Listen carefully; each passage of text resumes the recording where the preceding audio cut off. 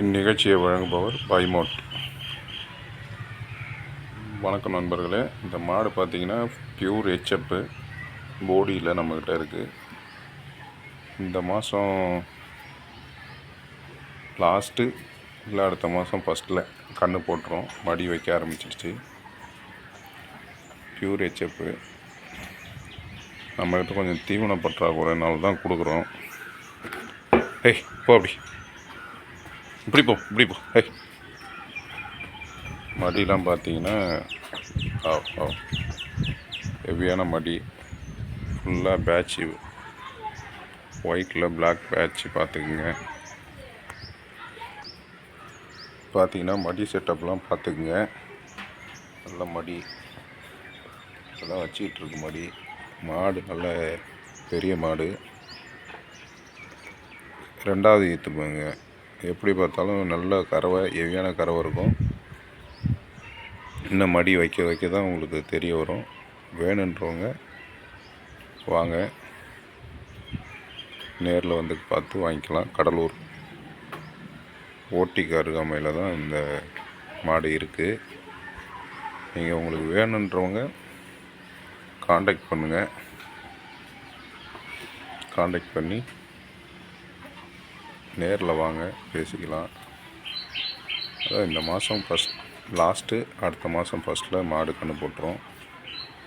Pure HF ஊசி தான் போட்டிருக்கு. வேணுன்றவங்க 7845822124 இந்த நம்பருக்கு காண்டாக்ட் பண்ணுங்கள். மாடு வந்து சாதுவான மாடு. எல்லாம் குழந்தைங்க கூட ஹேண்டில் பண்ணலாம், ஒன்றும் பிரச்சனை இருக்காது.